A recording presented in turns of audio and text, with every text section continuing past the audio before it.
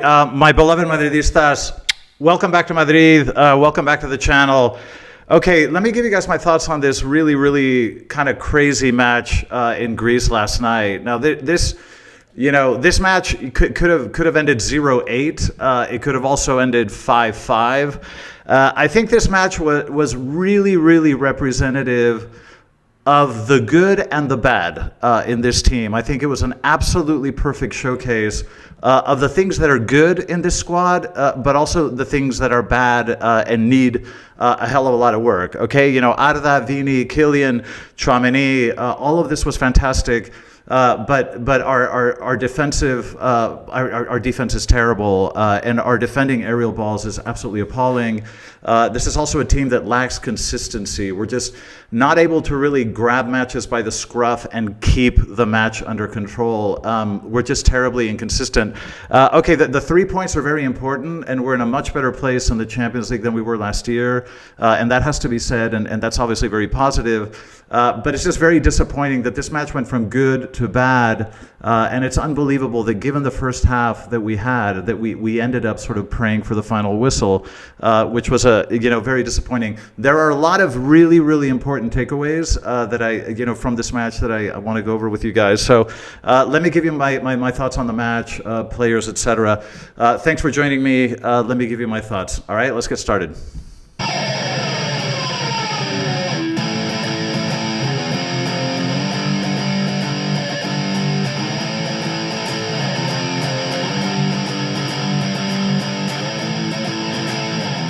Madridistas, welcome back to the channel. Okay, let's talk about the match last night, and we'll start with the lineup. So basically, Xavi started with Jude on the bench, and initially I thought this was a tactical decision, but it turns out that he had trouble, and apparently it was the sole of a foot. He was sort of, feeling a little bit uncomfortable, so they didn't start him from the beginning. Now, in terms of the lineup itself, this is what Real Madrid TV showed us about an hour before the match. I always find it really confusing when they do this. I've mentioned this before. But when you look at the players that were going to play, there were only really two options. You were either going to play a 3-5-2, which would have looked like this, or you would have played a 4-4-2, which would look like this. I mean, maybe not a diamond in the middle of the pitch, maybe more of a double pivot, but we did end up playing with a 4-4-2. So it wasn't really, like I say, a diamond. I think Camavinga was a little bit ahead of Tchouaméni, but it did kind of feel like a double pivot. But the lineup was Lunin in goal, Courtois.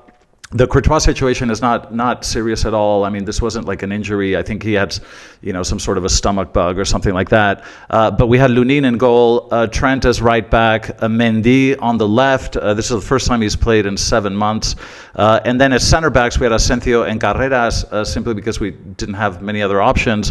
Camavinga and Tchouaméni in the middle of the pitch, closer to the defense. Fede and Arda a little bit further up. And then, of course, up front, we had Vini and Kylian. Now, in terms of the match itself, I was kind of really tense going into this match, just with everything that's been going on. Now, in the first few minutes, we sort of were positioned to kind of do the high press thing, but we realized very quickly that it wasn't necessary because Olympiacos was basically going long. I think Olympiacos decided we don't want to deal with the potential, ball loss risk, trying to play the ball out. So they were kind of going long, so we didn't really need to apply the high press. Now, the Olympiacos goal came very quickly in the 7th minute, and this, I think is just symptomatic of how poor our defending is. I have to give credit to Olympiacos in this play because it was very quick. It was a very one-touch type goal. The build-up was one touch. It was very quick, and the shot was just sort of off the first touch. So it was difficult to defend. I'll grant you that, but I think does demonstrate how soft we are defensively. In the first 10 minutes of the match, I think one of the problems was that, Arda Güler was a little bit absent in those first 10 minutes. But after about the 10th minute, that changed, dramatically. After about the 10th minute, Arda started to completely control the midfield. I think he was absolutely stellar in that number 10 position. Vini started to perform incredibly on the left. I mean, some of his runs were just fantastic. I'll admit that the Olympiacos defense isn't sort of the greatest defense in the world, and the guy marking Vini, I thought was particularly slow. But we can't detract credit from Vini because some of his runs were just absolutely electric. So I think after about the 10 minutes, we had Vini switch on the left and Arda Güler take command of the middle of the field. And that's when the game really started to go our way. Our first goal came in the 21st minute. This was a pass by, I think it was a fantastic pass. I think it was Vini to Kylian who put it away, with incredible professionalism. In the 23rd minute, the goals came very quickly. 2 minutes after that, we had the 1-2. This time it was just a phenomenal pass by Arda. Arda's passing is incredible, and his vision is incredible. I do think that Arda is just a natural number 10, and the way that he connects with the strikers is very unique. I think, he put on a clinic in that first half. This was a great pass by Arda to Kylian. That put us at 1-2. Again, Vini continued to make runs on the left. One thing that I did like in the first half is that we were sort of struggling to build up the play short, so sort of with short passing kind of building up gradually. So that when that became frustrating, we started looking for the deeper long balls, and that was very, very effective. And that's what sort of turned the game around, that we stopped trying to build up, sort of short passing and move the lines up slowly. Instead of doing that, we were looking for the deep balls. And the moment we did that and started to skip over the defensive pressure, we became much, much more effective. In the 28th minute, we had the 1-3. This time it was a great pass by Camavinga to Kylian. And this was, Mbappe, a hat trick in record time. I think it was something like 7 minutes. I don't know if it's a record. I didn't bother to check, but a hat trick in 7 minutes is pretty damn impressive. Kylian is just in incredible form. At this point, Arda Güler was just in complete command of the midfield. His distribution was just wonderful. Every time Arda got the ball, he just sent it to exactly the right place. He knew when to switch play. He knew when to keep it short. He knew when to go deep.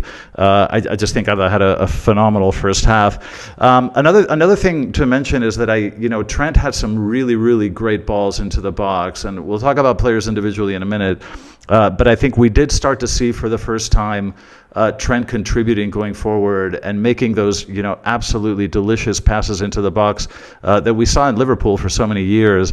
But this kid has a real glove on that right foot, and man, some of his passes into the box were really phenomenal. The first half ended, a little bit frantically. We hit the crossbar twice, but on the other hand, Lunin had a couple of really spectacular saves. So at this point, the match kind of started to go back and forth. Now, in the second half, we had the first substitution, and Camavinga came off and Ceballos came in. This turned out to be disastrous. I'm assuming that this had to do with some sort of a discomfort or injury on the part of Camavinga, because I don't see any other rationale for having made that change. We'll keep our eye on whether it's a serious injury or not. But Cama came off, Ceballos came in. In the 47th minute, right off the bat, Vini had a very good chance, could have scored. And then in the 51st minute, kind of when you least expected it, because it felt like a match that Real Madrid could have sort of grabbed by the throat. We could have taken command of this match, but we start to let it slip. And in the 51st minute was the 2-3. And again, this was, how many times have you guys heard me this season complain about our defense of aerial balls? You guys, I bore the shit out of you guys talking about this. We are terrible at defending aerial balls and set pieces. This is something that if we don't fix, we're not going to go very far this season. It's an absolute emergency situation. But that produced the 2-3, very good header. But again, the guy was just completely unmarked and unbothered. At this point of the match, Olympique started to push forward, and this is when things started to sort of fall apart.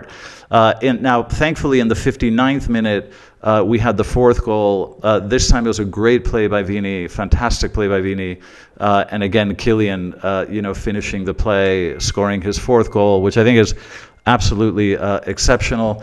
Now, in the 60th minute, we had another change, and Xavi decided to take Arda Güler off and put Jude in. Now, this is something that I'm a little bit puzzled by this change. I don't really understand if this was physical. Arda looked okay to me. He didn't seem tired or injured. I'm not entirely sure what motivated this change. It's not a change that I would have made personally, but in the 60th minute, we took Arda off. I thought it was one of our best players. I didn't really understand that. Now, Olympiacos, I meant to say the entire time. Olympiacos was, kind of on the front foot at this point. They had more of the ball. They were pushing forward. And we were just kind of trying to look for the counter, but we weren't doing it particularly effectively.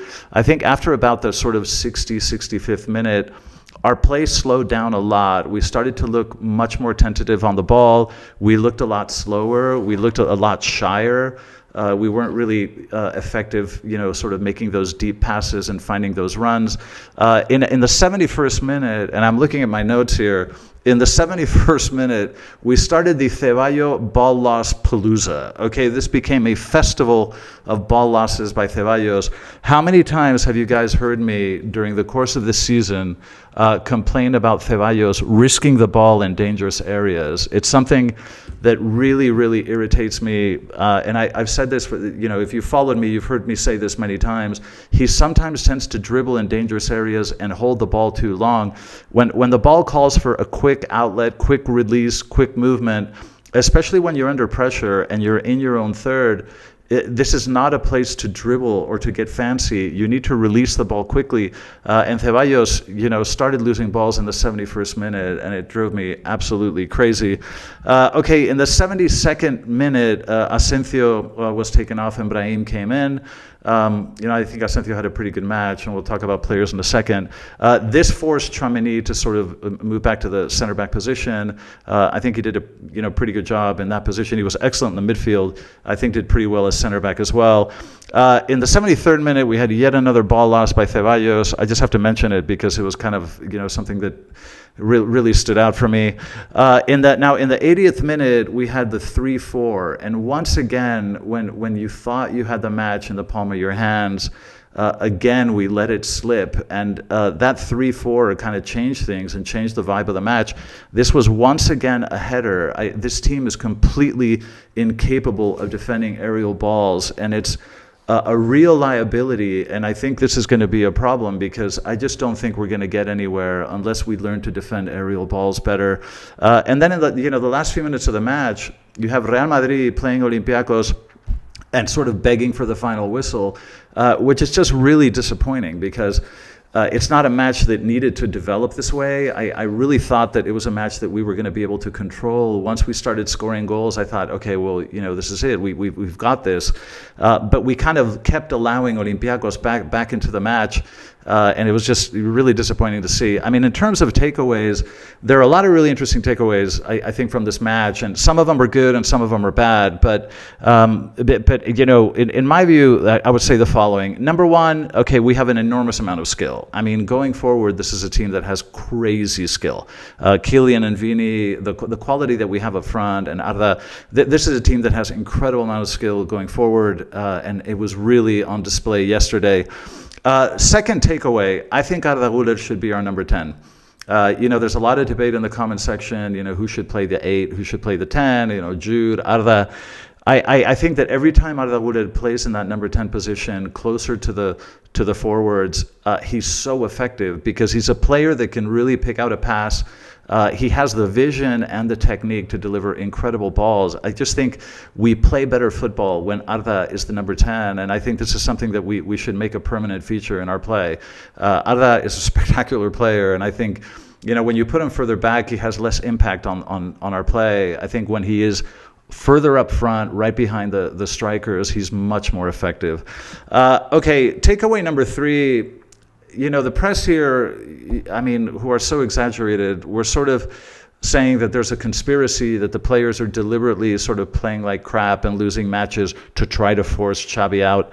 This is BS, okay? One of the takeaways from last night's match is these players care. These players want to win. They're professional, they have pride, and they get paid to win. And under no circumstance do I see evidence that the players are coordinating defeats to push Xavi out. So I just want to dispel this ridiculous notion that is permeating the Spanish press that, the expression in Spanish is le están haciendo la cama. They're making Xavi's bed, like they're getting ready to lay him down. And it's not true. I just wanted to clarify that because the press here is hysterical. Okay, takeaway number 4. Trent has a magical right foot, and we're starting to see some of those beautiful deliveries. I think this is a positive, and we need to see more of that going forward. Number 5, as I've mentioned many times, we do not know how to defend aerial balls, and that needs to change or we are going nowhere. Takeaway number 6, our intensity doesn't seem to last. And now, I don't know if this is a physical thing, if this has to do with kind of physical training, or if it's more psychological and mental. But this team has a tendency to lose intensity as the match goes on. And the second halves have not been great this year. And I just feel like we tend to start matches with a certain level of intensity. And I know that, players get tired as the match goes on, but it's quite pronounced in Real Madrid this season. And it does worry a little bit that our intensity seems to decline pretty precipitously as the minutes go by. Takeaway number 7, this is still an unconvincing squad. I mean, the quality is there, but something is still not clicking. And, we need to continue working because I just still think this is a very unconvincing squad. Number 8, and I just need to mention this, the press is so asymmetric. I mean, if you Real Madrid, I just need to mention this because I'm surrounded by this crap. Real Madrid plays 3 sort of poor matches, and it is the end of the world. And there's talk of mutiny, and it's just a disaster, and it's the headline in every newspaper in the world. Barça got destroyed against Chelsea. Lamine Yamal did nothing. They're look where they are in the Champions League, in the rank, and nobody says anything. You don't see any headlines talking about how disastrous the Barca. No one talks about it. It's just the asymmetry in the coverage is incredible. When we play 2 or 3 mediocre games, it's the end of the world. Barca gets their ass kicked and nobody says anything. Lamine totally no one says anything. These guys are, may not even make it to the next in the Champions League out of the group stage. No one says anything. I just need to highlight that because it really upsets me that that there's so much asymmetry in the press, especially in this country. Okay, takeaway number 9. You guys may have seen Xavi and Vini at the end of the match sort of hugging and high-fiving.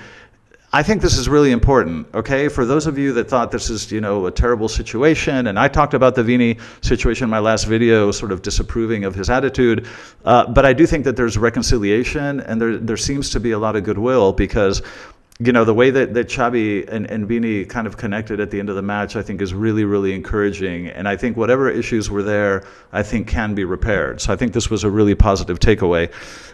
Okay, takeaway number 10. This is definitely not enough to compete in the Champions League. Okay, what we're seeing now is definitely not enough. I think that the quality of football that we're seeing now can take us to quarterfinals. I doubt very much it would get us to semis. But I'm not seeing the kind of football that you need to win a Champions League. I do want to make a little side note here about English clubs. I think Premier League clubs this year look very, very good. I mean, they've always been amazing and competitive. But, Spanish clubs have tended to dominate European competition for the last sort of 20 years or so. I'm seeing a shift now. I really do think English clubs are physically fantastic. They play with an intensity and a physicality that we're just not able to cope with. And, I watch a lot of Premier League matches. I'm a big fan. And I have a hard time seeing anybody other than an English club winning the Champions League this year. But I can tell you that our football at the moment is not enough. It's not enough to beat even the Liverpools who are not having a good year, or the Chelseas or the Arsenals. Certainly, I think this football is not enough to be competitive in the Champions League. Okay, takeaway number 11. I didn't like the changes. I don't understand the changes that Xavi made yesterday. I think they were very unfortunate, and our play got significantly worse after the changes that he made. So I think we need to keep our eye on Xavi's changes because the ones he made last night in Greece were pretty disastrous. Okay, takeaway number 12. Kylian does know how to head the ball. I never, I can't remember the last time I saw Kylian score a goal with his head. But it was incredibly refreshing to see, and hopefully, knowing that we have Trent putting in those amazing balls into the box, it is kind of comforting to see that Kylian Brazilian knows how to head the ball because, like I say, I can't remember the last time he headed one, but that was a positive takeaway, and I hope we see more of that. Okay, and finally, takeaway number 13, Ceballos is not good enough for this squad. Ceballos is a player that, I can't believe that this guy has lasted as long as he has at Real Madrid, because I just don't think, this is, I like the guy, he seems like a really nice guy, and he's been very loyal to the club, and I admire his attitude and his loyalty, but this is just, I don't think that this player is good enough to be a regular feature at Real Madrid, and I've told you many times why. I think he just takes too many risks, dribbles at the wrong time, and just sometimes he just doesn't read the play properly. So I just don't think that Ceballos is good enough for this squad, and I need to say that. Okay, let's go through players very quickly, and I'll give you my thoughts. Okay, Lunin, I thought Lunin was pretty good, and he had some great saves. I don't think that you could ask much more. It's very difficult to go from not playing a single match to all of a sudden playing an away match in the Champions League against Olympiacos, and the crowd is very intense. It's not an easy thing to do. I think Lunin did a very good job. I don't think that we can blame him for the goals. I don't think they were really his fault. And like I say, he had some great saves. So I don't know. I think Lunin had a really decent match. I'd give him maybe a 6 or a 7. Okay, Mendy. Mendy was not bad. I think for a player that hasn't played in 7 months, I thought he did quite well. He's a very solid defender, and I think he defended pretty well. I think all things considered, I think Mendy had a pretty good game. I'd give him maybe a 6 or a 7. But I was surprised that he was able to last as long as he did and contribute the way he did, because it's not easy to sort of go from not playing 7 months to sort of playing in an intense match like this. But I think Mendy was not bad. Okay, Carreras. I thought Carreras was a bit disappointing. I thought he was a little bit soft defensively. And more importantly, he did lose a lot of balls. His passing was very imprecise yesterday. There's something a little bit inconsistent about Carreras that is starting to concern me. I think he's a good player, and he started very well, but he's become quite inconsistent, and this is a kind of a source of concern. He is a good player, and technically he's very good on the ball. He's very fast, and he likes to go forward. He's a good left back, but I think he's a little bit inconsistent, and I think yesterday, he was a little bit soft defending, and like I say, a little bit sloppy with the ball.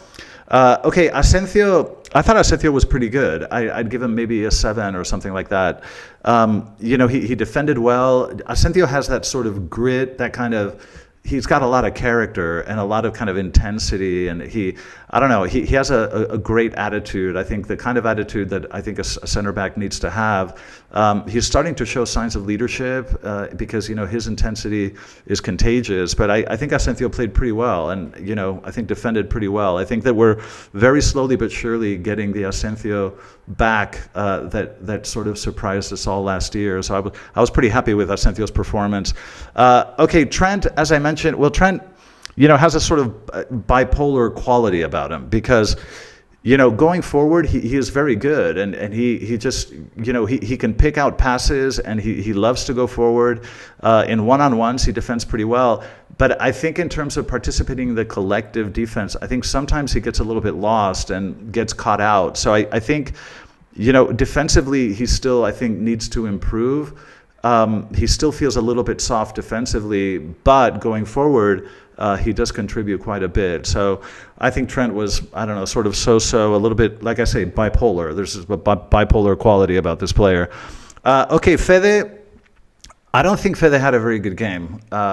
I really don't. I think I'd maybe give him a 4 or something like that. I think some of his passes were, really sloppy. There were some switches of play that were stray passes where we lost the ball unnecessarily. He did have, one thing I did like is there were a couple of carries with the ball that I really liked. And Fede's a player that if he's sort of further back and has the ball and he's getting pressed, and if he doesn't see a natural outlet pass, he'll just carry the ball forward, and he'll start to drive between players, and he can do it. He's got long legs.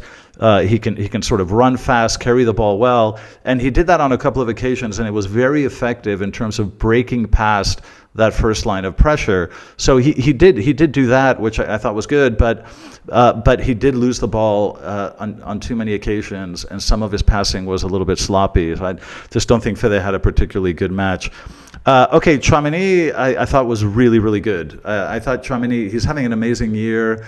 It's amazing the difference in this squad when Tchouaméni plays or doesn't play. I mean, it really feels like night and day. His presence has become absolutely mission critical for this squad. Tchouaméni is making a real difference. He's also taking on a lot of leadership. If you sort of watch the way he's communicating with the other players in coordinating sort of defense, etc. He's really taking a leadership role. He's much more vocal now in terms of giving instructions and making sure that everybody's doing the right thing. So I'm really happy to see that. I think Tchouaméni is having an amazing year. I don't know how many balls he stole yesterday, but I thought he was, he played a really, really good match. Okay, Camavinga was pretty good. I thought he had a good. He only played the first half, but I thought he was okay. He sort of ran a lot, stole a few balls. I don't know why he was subbed. Obviously, it's some sort of an injury, and we need to keep our eye on that and make sure it's nothing serious. His substitution was disastrous because we swapped out Camavinga, who hustles a lot and steals a lot of balls, for Ceballos, who's a player that literally just gives the ball away every single time. So I thought Camavinga had a reasonable match. Unfortunately, could only play one half. Okay, Arda, I thought Arda was phenomenal. I thought his first half was excellent. Like I say, the first 10 minutes he was kind of quiet, but after about the 10th minute, he started to get into the game, and it really changed things. I think he owned the midfield for the most part. I think his passing is incredible. He can pick out a pass, and his delivery, his technique is fantastic. I don't understand why he was subbed. I really don't understand that change. I think Arda played very, very well. And I'll repeat it one more time. I think he should play the number 10 position because he's incredibly effective when he does. Okay, Vini had an awesome game. This is the Vini that we all want to see. This is the Vini that we love, right?